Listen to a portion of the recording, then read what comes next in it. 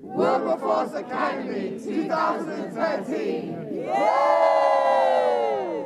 Hi, this is Peter Wooding. Welcome to Christian Weekly News, coming to you from the 4th Wilberforce Academy, this year happening at Trinity College in Oxford. We're just concluding the first day of this year's Wilberforce Academy, and we've had an amazing evening here in the banquet room where we've heard from Lord Carey. Take a look at some of the highlights in this programme of this year's Wilberforce Academy.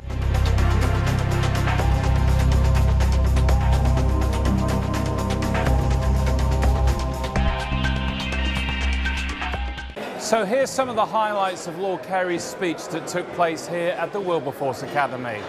Now, if you go to Westminster Abbey and look at William Wilberforce's tomb, you will see there a very lengthy inscription which contains these words: "In an age and country fertile in great and good men, he was among the foremost of those who fixed the character of our time." Isn't that a wonderful salutation? Among the foremost who fixed the character of their time. What a challenge we have today. I love my country and all that it means, but it's difficult to deny that in the last 20 years, perhaps even less than that, Britain has changed out of all recognition. I've already said that one of the most sobering realities today is the way that our language concerning reality has changed. We've lost the power of Christian language. We've been duped into believing that our culture is not all that bad. But you know, the Christian message has a hard and uncomfortable edge to it. It dares to tell the truth about our condition. And the Bible uses frightening words such as lost, blind, deaf, without hope. Humanity is described as dead in sin. And there are some clergy around who prefer to duck those uncomfortable truths. Let me finally turn to what we're doing this week. Christian Concern and the Wilberforce Academy. While it comprises Christians from many different churches and traditions, it's a distinct entity which exists to maintain a public witness and stand just as much as Wilberforce was called upon to do in his day. I've said this already once in this address. You are more like shock troops who are called to lead in the battle, to challenge our political leaders, to stand along brave Christians as you have done already in law courts. You are here to take the fight wherever it leads. It's never been easy, but the Lord never promised us an easy ride. The aim of the three-day academy is to equip the next generation of Christian leaders in public life. And just after Lord Carey's speech, we asked a number of the delegates how they'd already been impacted on their first day there. This is the first day of the Wilberforce Academy, and I would just like to say it's been an amazing experience. It's been very challenging, thought-provoking, and it's a very intense experience. However, it's shown me the gravity of what it means to be a Christian and to stand up for my faith. A lot of challenges intellectually, great speakers so far, and I'm looking forward to the next couple of days. So far, the one slogan I'm taking away is change people, change cultures, and that's what I intend to do when I walk out of here. It's great to see what's actually happening over the long term. The guys that have been speaking have just got such vision as to how the UK has been changing, how the value system's been changing and actually degrading over time, and actually looking at the result of that, the impact it's had on society. So it's been a great first day here at Wilberforce. It's been amazing to meet so many people, especially my age, and to see the passion that they have to get the gospel out and get it heard, as well as just hearing loads more about how we need to stand for Christian values.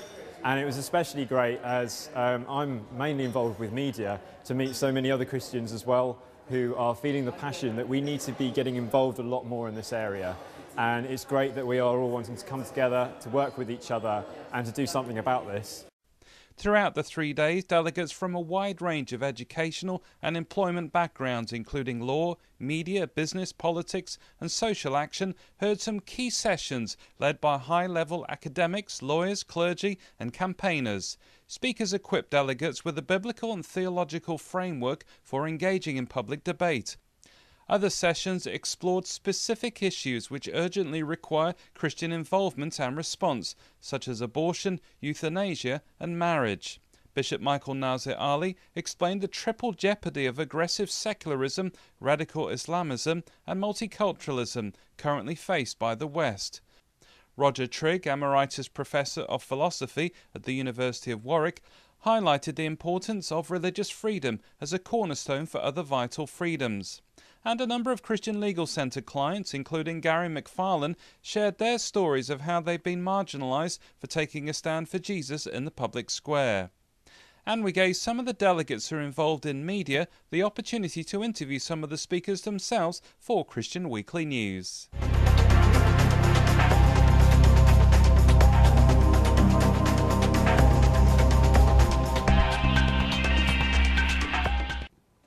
Thank you for taking time out today to listen to this interview. My name's Emily Graves and I'm one of the delegates at the Wilberforce Academy 2013. Joining me today we've got Jeffrey Ventrella, who has been teaching us here at the Wilberforce Academy over the last couple of days. So first of all, what is your passion? Well, Emily, we're committed to the Wilberforce Academy because the delegates here represent 100% of the future of this great nation.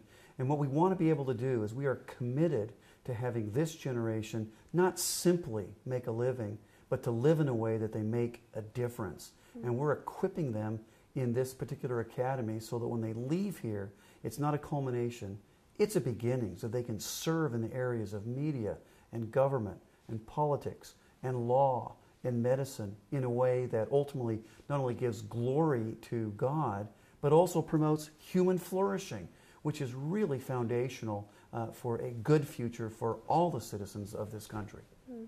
So, in particular during the sessions, what have you been sharing with us? Well, I talked about, first of all, living between the cross and the consummation, that not only are we saved from something, but we're saved for something, that we have work to do, and that those who are Jesus followers ought not to think of themselves as living in a bomb shelter, but rather living in an ammo depot so that we're equipped to go forth and really love our neighbors, to live in a way which seeks their good, their benefit, in a way that promotes goodness, truth, and beauty. Do you think as a nation we haven't quite grasped that understanding of having to go out and do the work of Jesus yet? I think that your generation faces many challenges, a disintegration of philosophy, all kinds of messages and mixed messages come, but I think there's a great heritage here. Not that we want to return to any place, but we want to take the best of the best and find a way to equip you in particular ways and ground you and to bring to recollection those things which really raise the bar and make things good for all of the citizenry. So, as someone who's been journeying through life in a Christian walk, what advice would you give to someone like me for wanting to make a stand for issues that are going on in the nation? One of the things you have to understand is there's a tendency in two directions, and they're both wrong. One is toward cynicism. Things are just bad, doesn't seem to be getting any better, it seems to be getting worse. I'll just step back and critique. The other one, though, is an impulse toward utopianism, thinking that we can just instantly change things and everything will just be perfect and wonderful. But really, that's not the right way. The right way to live is to incrementally working through in collection with other people in a way that benefits others. So you need to have, instead of cynicism, you need to have passion. And instead of utopianism, you need to have a realistic understanding of what's the nature of man. Man is both finite and fallen. He will never achieve perfection, but we can achieve that which is good. And so we've got to get together and equip people to be transformed. And what I mean by that is this, that while all these ideas that are out there, ideas of consequences, but it's people that change cultures, and more particularly, changed people, changed cultures, and that's what Wilberforce is really about. We teach certainly about law and religious liberty. We teach about life and the dignity of the human person. We teach about the proper understanding of marriage and why it should be and remain the legal union of one man and one woman. But fundamentally what we're talking about is really the transformation of the change agents for the next generation. And that's why Wilberforce is unique. That's why it's essential that it be supported, and that's why we need to continue this project. Okay. So what is your prayer then for this year's delegates here at Wilberforce? My prayer that they would understand what it means to be a worshipful warrior that loves their country and neighbor. They need to understand that we are called to battle, not with guns and bazookas, not with harshness, not with name-calling, not with putting people down or categorizing them, but to really stand for and promote truth. But to do so, first of all, under God, worshipfully, but to do so strongly, without compromise, and with commitment to be durable, all the while understanding that we're to do so manifesting the one mark that Jesus said would distinguish us from all else, love. And that means love for one another, love for God, and love for our neighbor, including those who are different from us. So what do you think that if Wilberforce was here today, he would think of this academy and everything that's going on? I think he would say it's very keen, to use the British term. Wilberforce understood that Christians may not shirk back and say, well, if I'm only doing evangelism or full-time Christian ministry. He understood that the Christian life is a life that invades and permeates all of our callings. He was in the public life and the political life, and he looked at not only, of course, the slave trade and so forth, but animal husbandry and all these different areas, and he worked together in a community. I think that, though he was a humble man, I think that he would be honored to know that his name is affixed to something that sets forth the various modalities that he utilized to change the very heart of a nation. We're talking about being durable. We're talking about using coalitions and alliances. We're talking about standing for and promoting truth. And we're talking about really showing that which is abhorrent and evil to the nation so that they might be changed, which is exactly how he did some of his work. We can do the same with respect to the life issue, the religious liberty issue, and so forth. He understood the power of media and telling stories, and he also understood that there needed to be a legal element as well. And finally, I think he would really appreciate the fact that, not unlike his day, he was in the vast minority, but the idea was to persevere. These delegates here, they are committed, they are strong, but they are in the vast minority. But we know this, based upon Augustine, that the loves of a few men will move the lives of many. And I think Wilberforce would say amen to that. So what action would you advise young people to take today? They need to understand that consuming this message is insufficient. They have to act upon it. And what that means is they need to pray. They need to inform their pastors and other leaders about it. They need to consider prayerfully whether they should apply to become a Wilberforce delegate. And they should also think about supporting this work and the work of the others involved in Wilberforce, because the reality is that without that sort of fuel, we can't take this message further.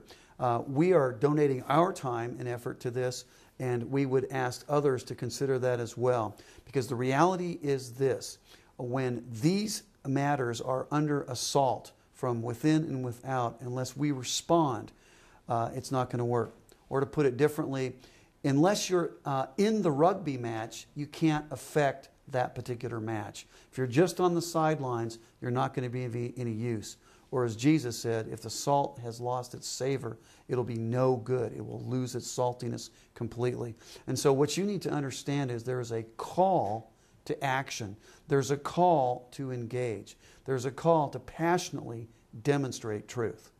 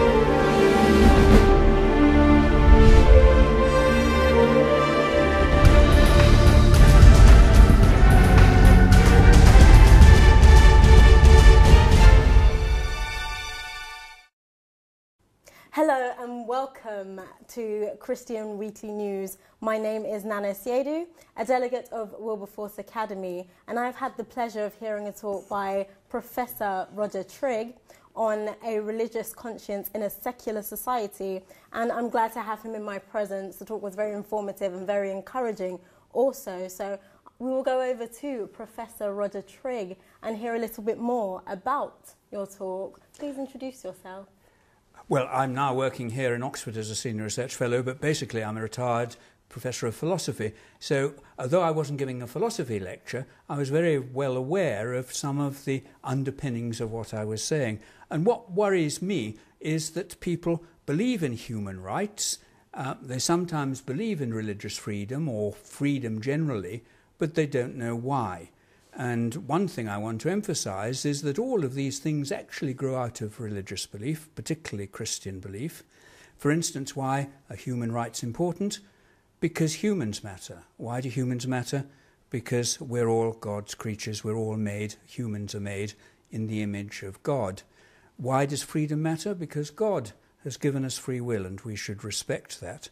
So I think that all of that is important, and in this society, which forgets why we believe in these things and just say we do, religion is gradually getting to be put on one side. It's being marginalised. People think, oh, well, it's all right if you're religious as long as you keep it in church and you don't behave in a religious way outside.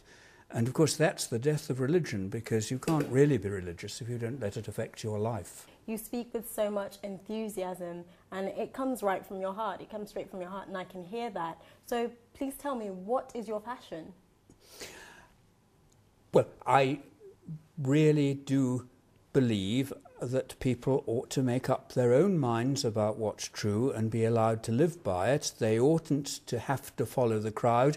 I think nowadays there's very much an idea that everybody ought to follow the fashion of the day, whatever the secular passion might be. But in the end, speaking from a Christian point of view, and I am a Christian, I think that it's the way that people are committed themselves that in the end matters, that what this country needs are Christian people who will influence the wider society. And unless you have individuals who are committed, the society can never be changed for the better. Yes, I completely agree with you. So what do you hope that the delegates from the Wilberforce Academy will take away from this whole experience? I think, first of all, they just get the inspiration of having met together with people of their own age and find that they're not alone. I think very often in professions nowadays, particularly if you're a Christian, it's very easy to feel isolated and feel you shouldn't speak out.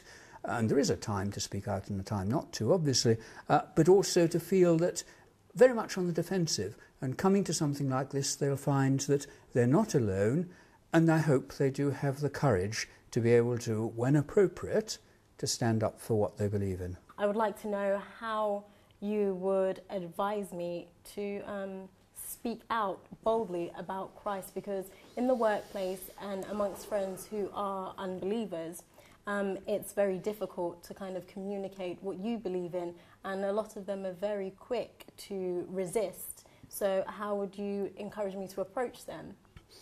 I think it's important that people do know that you're a Christian. Yes. It's not a good thing to hide it. But in the end, you can sometimes do more harm than good by forcing it on people. I was talking to somebody the other day who'd just been on an underground train in London, and he said, and he was a Christian himself, but he said he was sitting next to a man who took out his Bible and started to preach at him individually on the underground, and he said he didn't really appreciate that. And that's, I think, not the right way. It's going to even get resistance from people who agreed with what was being said. So you've got to be very cautious. I think the main way to speak out as a Christian is to live a Christian life, to be the kind of person other people would like to be.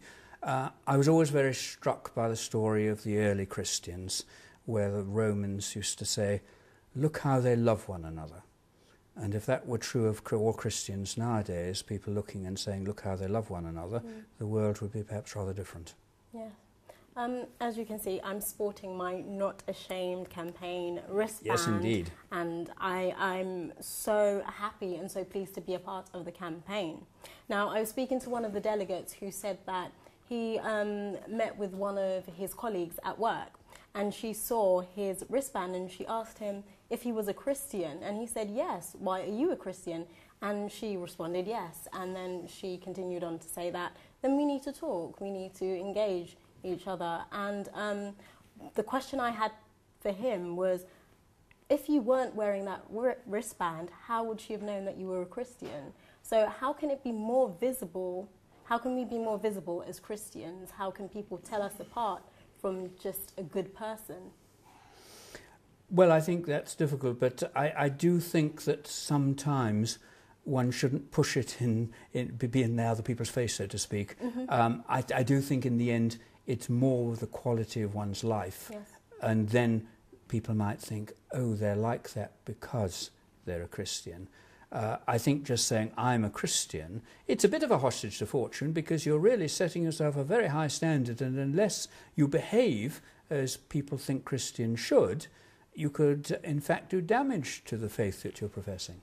Okay, so one final question for you. What do you think that Wilberforce himself would think about the Wilberforce Academy, this whole experience? Well, I hope he would approve of it, and of course, as I understand the life of Wilberforce, above all, he was a committed, devoted Christian, but one who believed that it should influence not just his life, but the lives of others, and particularly even through political action.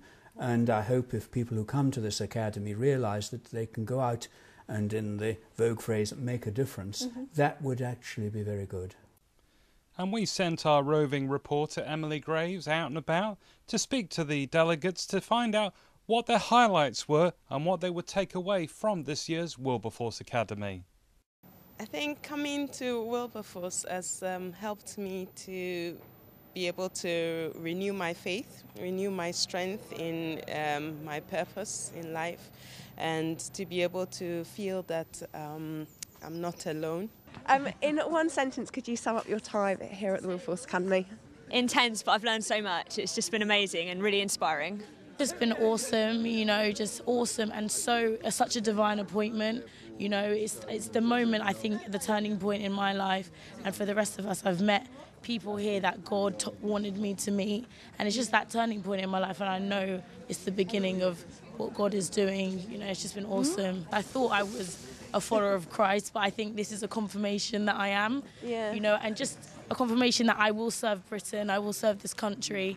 Inspirational, learning. What's been amazing for me personally is coming together in a place where you have like-minded, young, vibrant, energetic Christians who are looking to go out there and also to just to make an impact in the marketplace. It's been great, being around people with similar age and similar interests that want to serve God in the public sphere, but in different areas of that. I'm taking away a desire and a heart just to go back into my community and my nation and try and change it to make it so much more in line with what God desires rather than the state it's in right now. And I think that's really just hit me through this course. For me, it's been absolutely phenomenal. The quality of speakers here has been very inspiring for me, and I'm looking forward to go out there in the world and impact the world and be a good ambassador of Wilberforce Academy. I think it's been an eye-opener in many ways, and it definitely puts some fire into your bones. And you just keep thinking, I've got to do something. I've got to get out there. I've got to really voice what I believe or what I think is society should be focusing on and things like that. So being here has helped me to be more sure, or kind of give me tools to work with.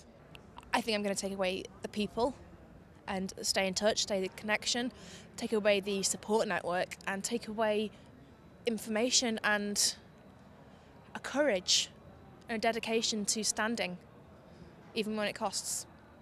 So thanks for joining us for this special edition of Christian Weekly News, coming to you from the 4th Wilberforce Academy at Trinity College in Oxford. It's been a privilege to be part of seeing the next generation get engaged in public life and handing on the baton to them. We'd love to hear your comments on the programme. You can drop us an email at christianconcern.com. You can like us on Facebook, follow us on Twitter and subscribe to our YouTube channel, ccfon.org. And don't forget to join us again at the same time next week.